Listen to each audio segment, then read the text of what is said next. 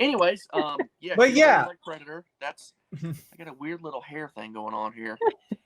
So even now, though that's 87. So yeah. Well, Yeah, now we're not quite there yet. Yeah. So now we can But an Arnold movie did come out maybe too, you guys. Wait. Was Conan? Or? Conan the Barbarian. Okay. Well, I was going to have an opening and you went ahead and started. Sorry. Transition. You ruined the monologue. Let me do Go this ahead. again. Proceed. We can now begin the discussion of the year 1982. So, obviously, Mom, what you said, the one film that Arnold was in Arnold, that was the... Okay, so I did remember seeing commercials for it, like at Grandma's house. And you can't help but notice him. He's a striking figure, right? It's the physique, the face. He's unusual looking. He had that headband thing we wore at some point in the trailer. And I just thought he looked very odd.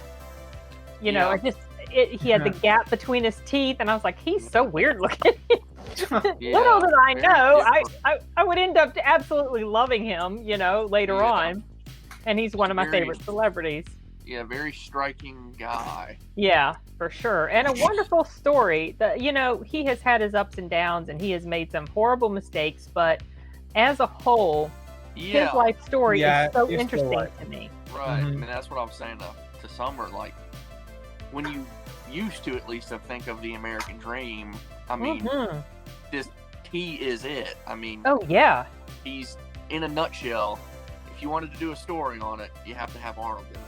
I mean, actor, Mr. Olympia, governor, just everything. And he came from a little podunk place in Austria. Like some people on my channel were telling me, because I'd done some reaction to Arnold. I think I did a reaction to an interview he had on Dave Letterman to promote. Gosh, I can't remember what movie it was to promote. Some movie. Anyway, whatever. Newer movie or older? No, it was like from back in the 80s. It was like an old, And Maria was there. It was for Predator. It was for Predator. and actually, he married Maria during the filming of Predator, and so it was 86 when he married her. And someone contacted me, and they were saying that, because I was mentioning he sounds so much different when he speaks in German than when he speaks in English.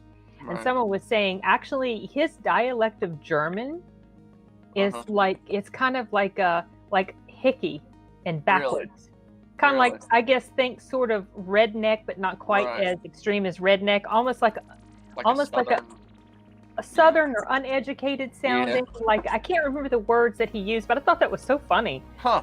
I mean, Austria is south of Germany. I know, but I mean, that's true. But I wonder if all Austrians have that type of accent, or if it was just specific to where he came from. Might be.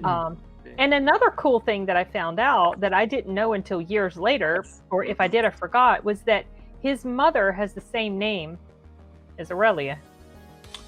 I don't think I knew that. His mother's name was Aurelia. Huh. Yeah. Aurelia. I know. I thought that was so funny. Anyway, okay, I could talk about Arnold forever. Yeah, but let's go back to Conan. We need a segment just on Arnold. We need to make an Arnold live stream. So talk about all his great movies and everything. Yeah, so Conan. Did you see it in the 80s, Mom? Conan the Barbarian? No, I did not see Conan the Barbarian until I was at Deanna and Buddy's house, Corey. But that was in the 90s? It was in the later 80s. Okay, you saw it in the 80s. I had seen Conan the Destroyer, and so I had introduced your mom to it. And then when we were watching Conan the Destroyer, I'm like, well, you know what? This is actually the second movie. We should go get the first one, because I didn't know if maybe it was connected, like if there was something super important to understand. So we drive to the video store to go get it, and we come back and we start watching it, and there's the scene where he's with the witch lady. And Deanna turned off the TV and wouldn't let us watch anymore. Oh, Lord. I know, it's like... Do you guys remember the name of that video store? Because I found a card here. It was not the one that was in the little brick building. where we got Speed from that one time, the one that got robbed. It was not there. It was down at the little strip shopping area where Winn-Dixie used to be, I think. Oh my gosh. For some reason, I just got like a weird maybe memory of that. Yeah. I've got a card over here. Hold on. I couldn't tell you what the name of it was, honestly. Matt Rice, did you ever watch Conan the Destroyer? Mm-mm. Barbarian. Barbarian, yeah. Barbarian was the first one. So no, I found this not too long ago, but it was a card here, and it's got Paul Tuck's name on it. Okay, so that actually, video time? I bet you that is the little small brick place that used, because that looks pretty new, and I don't think that would look as in good a shape. Which was that video store laminated. It's laminated. Yeah. So if you want. But that video store was going on in the 90s, from what I remember. That's where we rented Speed from. I wish it had a year, but yeah, there's no year. There's but I don't remember your mom might remember. Yeah, must be video time is. Yeah, Matt. Anyway, kind of cool to have. Mm-hmm. Yeah, Matt Rice. What were you saying? I was gonna say no, but I think if I remember correctly, my grandma used to watch that. Conan the Barbarian? Yeah, she liked. I can't remember which grandma, but one of them liked it. Well, it certainly has grown on me. I like it now better than the second one. I used to like the second one the best, but I like Conan the Barbarian now. And something that I found interesting, I really like the score in that movie. Oh yeah. Dun dun dun dun dun dun dun. I mean, it's perfect. And I saw this documentary about John Milius, the guy who directed it. He had been in a stroke. Ooh. And he was in the hospital, like kind of in a coma. Mm-hmm. Oh, he had a stroke. He'd been in a stroke. Listen to me. He'd had a stroke. He was in a coma in the hospital. And I think it was his son played that theme song on his phone and laid it there by his bed. And that's actually what brought him out of his coma. Wow. I thought that was kind of interesting. Yeah, I need to rewatch Yeah, kind of same situation with the guy that did Bugs Bunny. The guy that did Bugs Bunny, he came out of his coma when, yeah, I thought that was interesting. That's so funny. But so Conan, to be honest, I haven't even seen that film. I've only seen what you were watching, but never like sat down and It's good. It's actually pretty good.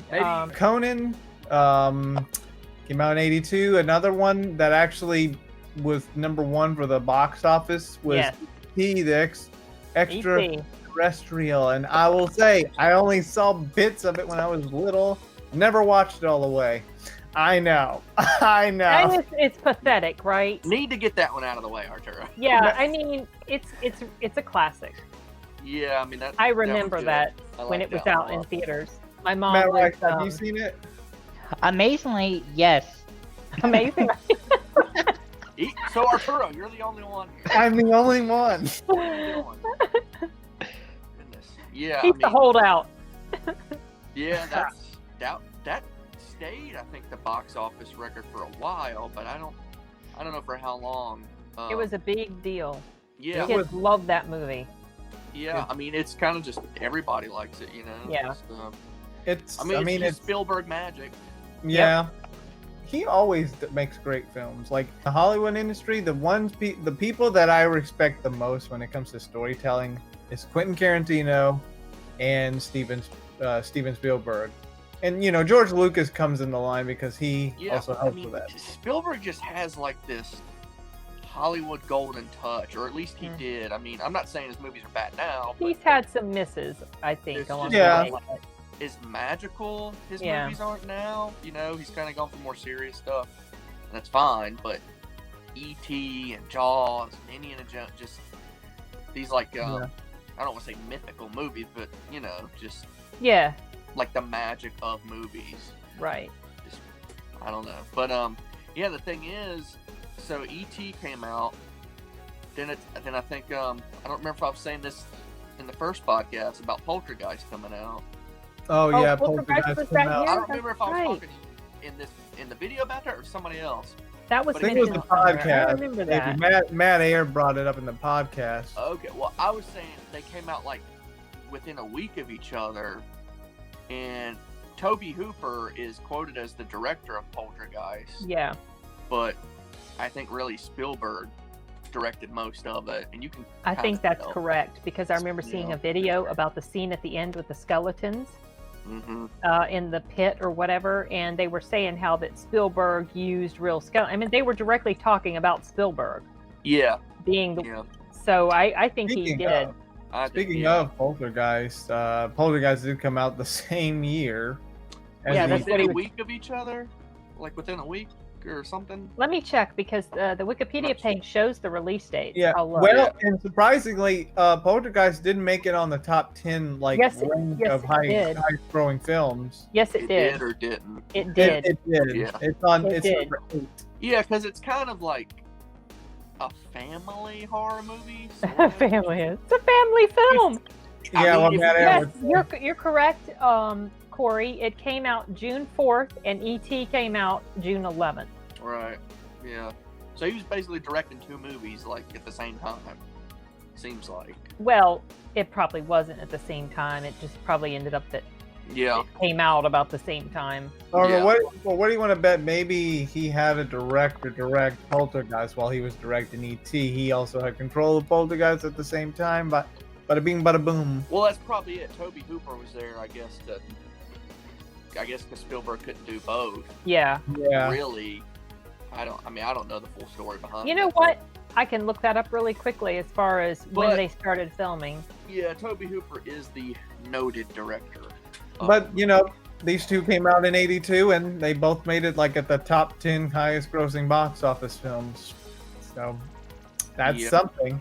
Another thing that came out was the second Star Trek movie, The Wrath of Khan. The best Star Trek movie. Yeah, I think that's the best. In my opinion. Did you watch it in the 80s, Mom? I think I did see it in the 80s, but later in the 80s. I remember when it came out, actually. And I remember Ricardo Montalban, but I remembered him from Fantasy Island, but I actually did not realize that he was Mexican at the time. I thought he was a French guy. He's Mexican. But I remember his character because also, I can't remember if it was before or after I saw the movie, that we had been renting some Star Trek episodes from the library, and we put them on projectors and watched it up on the wall. And I remember The Trouble with Tribbles was one of the episodes we rented, and also an episode where Khan was first introduced, which sets up the story for what happens in The Wrath of Khan. So if you watch The Wrath of Khan, you really need to watch that episode that has Khan in it, because that's the whole reason. That all ties in together. Yeah, I don't know Star Trek. I'm not super into it. I know some of the basics. That was the best one too. Yeah. So the film, it is. That's number 6 on the top 10. One of my top 10s is on this list, actually, but except it was not in the top 10 of. I know what you're going to say, because I was going to bring it up. It's number 11. I was going to bring it up, but one of your top 10, what? Favorite movies. Did you ever watch my top 10 list? Oh, your top 10 all time? Okay, Yeah. The Secret of NIMH. Oh, yep. Okay. Yep. That came out in 82. I remember. Ever. Not seen it in so long. It's such a good movie. The voice acting is so good. The score was really good. The animation was good. Dom DeLuise was amazing in there. He was so funny. Yeah, I really allergic to cats. I'm allergic to cats. Yeah. Now that was Don Bluth, right? Yes. I do believe so, yes. Yeah, I saw that movie a long time ago. We were watching it together one time. Yeah, I'd like to see that again. Really good. A long time. Yeah, American that's the type of animation or American animation that I actually do really like. Mm-hmm. They put a lot. It's kind of the same with the DC cartoon movies, which they're going to be playing. I wish we could get more hand-drawn stuff now, but yeah, I don't know. I think it would do well, honestly. I feel like people are wanting that, or maybe at least my age, or if the story is decent, I would think it would be great. I mean, I don't know. So. Yeah, Secret of NIMH, that's the only kind of American cartoon that I know. Cartoon. That no, like at least in that year, because I don't know what. Well, I don't know what else there might have been. I mean, I'm pretty sure there was a lot of cartoons that came out during that time, but film-wise, that's one of them. There wasn't a Disney pick that year because I don't think because Fox and the Hound was before the year before that. So they. Tron came out this year too. Oh, Tron. Okay. Well, Tron. Yeah, Tron. And I haven't even seen that yet. We rented it a long time ago. We never sat down and watched it.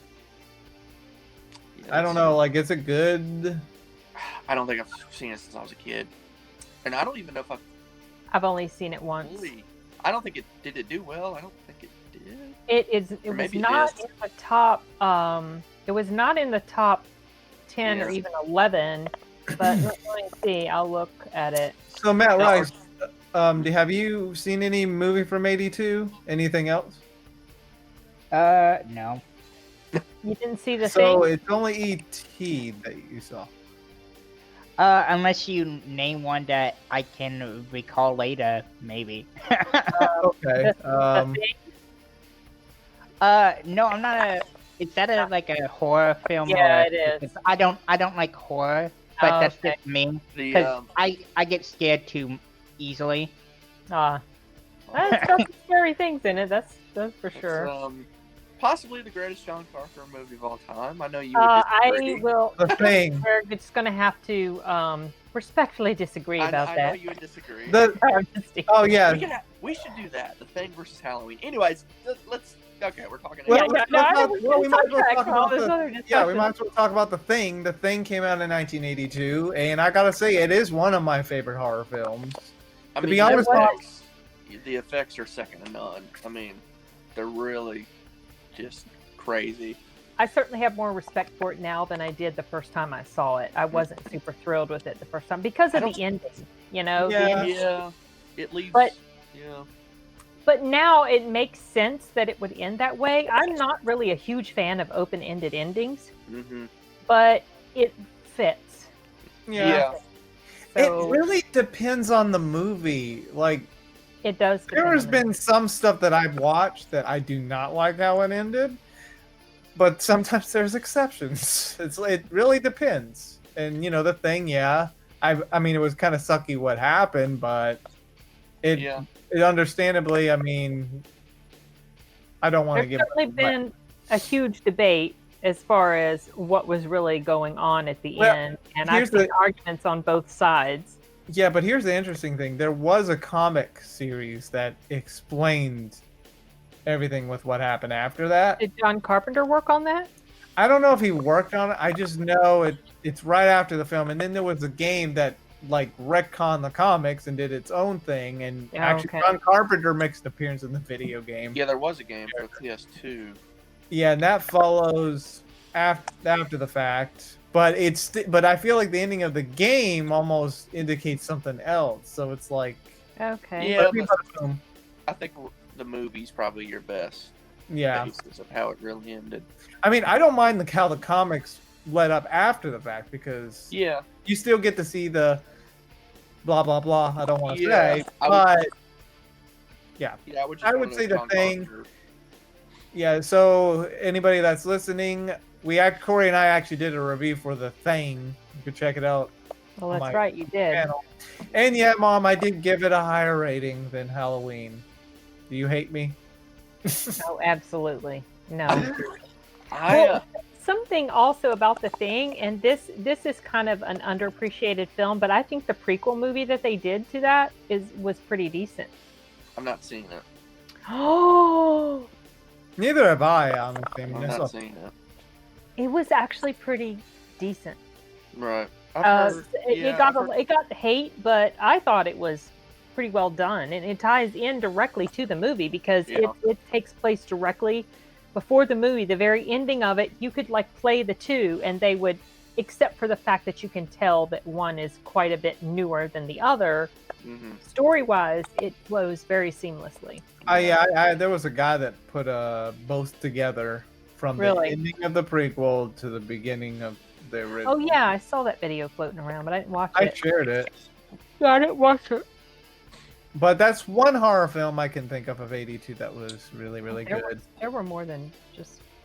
Yeah, I'm pretty sure there were. I mean, I thought Halloween 2 came out this year, but apparently I was wrong. Friday the 13th Part 3, was that 82? Let me look. Well, Yes, it was. Do not It like came out in 82. Oh. Actually, in 82, you guys, Halloween 3 came out. Right. Really? That's right. Well, I don't know much about. All I know is it's a different story. Some people actually like it. It's not bad. Yeah, just because Michael's not in it, people kind of, hate on it. Yeah. It could be worse. But Jamie Lee Curtis is connected to it in that her voice is on the loudspeakers during a scene where they're... But it's not... It's sort of... It's in the universe of Michael Myers, but it's not really directly connected to Michael Myers. I'm not sure if this is the... I'm not sure if it really is the third one, but I remember I tuned in one time on television. And was there a girl in a dress and a guy with black hair, and she was explaining about the Michael Myers incident? They were in a house.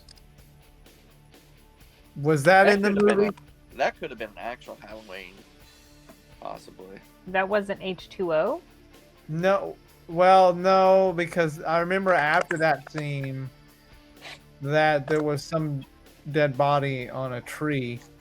Like a little girl looked up, that was like body in a tree. And I always thought it was the third one because it had nothing to do with Michael Do you think Myers. you would remember the face of the guy? I don't know. I just remember he had like black hair, kind of like stretched out like that. A girl with blonde hair and a dress. Oh, okay. The girl that played in there, I don't think she had blonde hair. This was the guy. I don't think that would have been 3. Yeah, I'm not because the guy. Because I know before. The guy had sort of sandy blonde hair or dark sandy blonde hair, and the girl had brown hair. The two main actors. So there may have been other characters in there that may have. Maybe I don't remember if there was direct reference to Halloween. Because I cut it off because they were showing a makeout scene. I cut it off. I never it's finished. It's probably a Halloween movie, but I don't know if it was a third one. It's probably like a 5 or a 6. Yeah, one of those weird ones. Yeah, I don't think that it to be honest, it felt more like 90s. Yeah, probably. Like 6, it was probably Halloween, 5 or 6 or something. I don't think it was 5. Probably 6. But Friday the 13th Part 3, that was when he showed his iconic mask. I mean, that's the only significance to that movie for me. I mean, a lot of it's a 3D gimmick. It was supposed to be 3D. I didn't like the third one. Yeah, I don't like it. I mean, so he didn't have the hockey mask in 2? He doesn't have it in 2. He's got like that sack over his head. Right. Just, I don't know. I'm not a fan. Yeah, like there's some Fridays I like to watch, and then there's some that are just not good at all. Mm-hmm. Yeah. And 3's that one. Well, which is the one that we watched where the people there's like a barn, we're like in a farmhouse. That might be 3. Oh, okay. That was 3, yeah. I wasn't Was impressed. That 3 or 2? You remember? I remember that there was kind of like a lake area, but there was that barn. Yeah, that might be 3. But wasn't there like a barn that happened? Like, wasn't there like a barn in the second film? No, they're at the lake again. It's kind of like a camp setting. Which one was Corey Feldman in? That's 4. Crispin Glover's in that too. Oh, okay. That's a fan favorite one. 4 is like a fan favorite. That's kind of Jason in his full form. Okay. And he's actually kind of scary in it. But it seems like 4 your favorite is number 2, right? I like 2 quite a bit. I do like 4 and I like 6. It's weird. They go every other one. So yeah, this year had. You like all the even numbered ones. Yeah, 7's not bad. Actually, 7's not. It's like telekinesis type. It could be worse than actually. It's actually not bad, but a lot of people like 4. Which one was the New York one or Manhattan? I've not even seen. I heard that was horrible. I saw it playing. Yeah. It looked pretty bad. The coolest part, I think, is when they're not even in Manhattan except for like the last 20 minutes, I think. But if I don't remember. That's like the coolest part. Jason in Times Square. Oh, I've seen just clips of it, but I've not watched. I think that's the only one. Yeah, so, that's like the only one I've not seen of the originals. Oh wow! So technically, this year did deliver in some horror films. Probably. Oh yeah, there were. Oh yeah, there's more too. There's there is. I mean, at least the bigger ones. Actually, was Creepshow? Was that 82? Let me look. What's that? Annie. I saw Annie. Yeah, I was gonna bring that up. Yes, Creepshow, by the way, was in 82. Okay, is Annie a horror film? No. No. Okay, no, it's not. Okay. It's a musical. I remember. Yeah, my grandma made me watch it. Oh. Okay, so that's another 82 film you saw. Yeah, I was bringing it up because you asked, and I went looking. There's a whole list, Matt. I'm gonna send you. I'm gonna put a list here of all the different movies in '82. It's a really good reference. I'll put it in the private chat if I can figure out how to get to it. Okay. How do I get to the private chat? I got some anime stuff too. Oh, here. I'm looking over here at my horror movies, and I'm just trying to. You could probably pull up a list quicker than I can look. Well, what I'm doing is you know what? They separate horror from slasher. So you have to do kind of two searches. Looks like there was about six slasher movies that came out in '82, and 18 designated horror movies. So more than 20 horror type films that came out, and I've probably seen most of them. Also, Death Wish 2 was, and Swamp Thing. That was the year Swamp Thing came out. Okay. Okay, a lot of good stuff there with horror.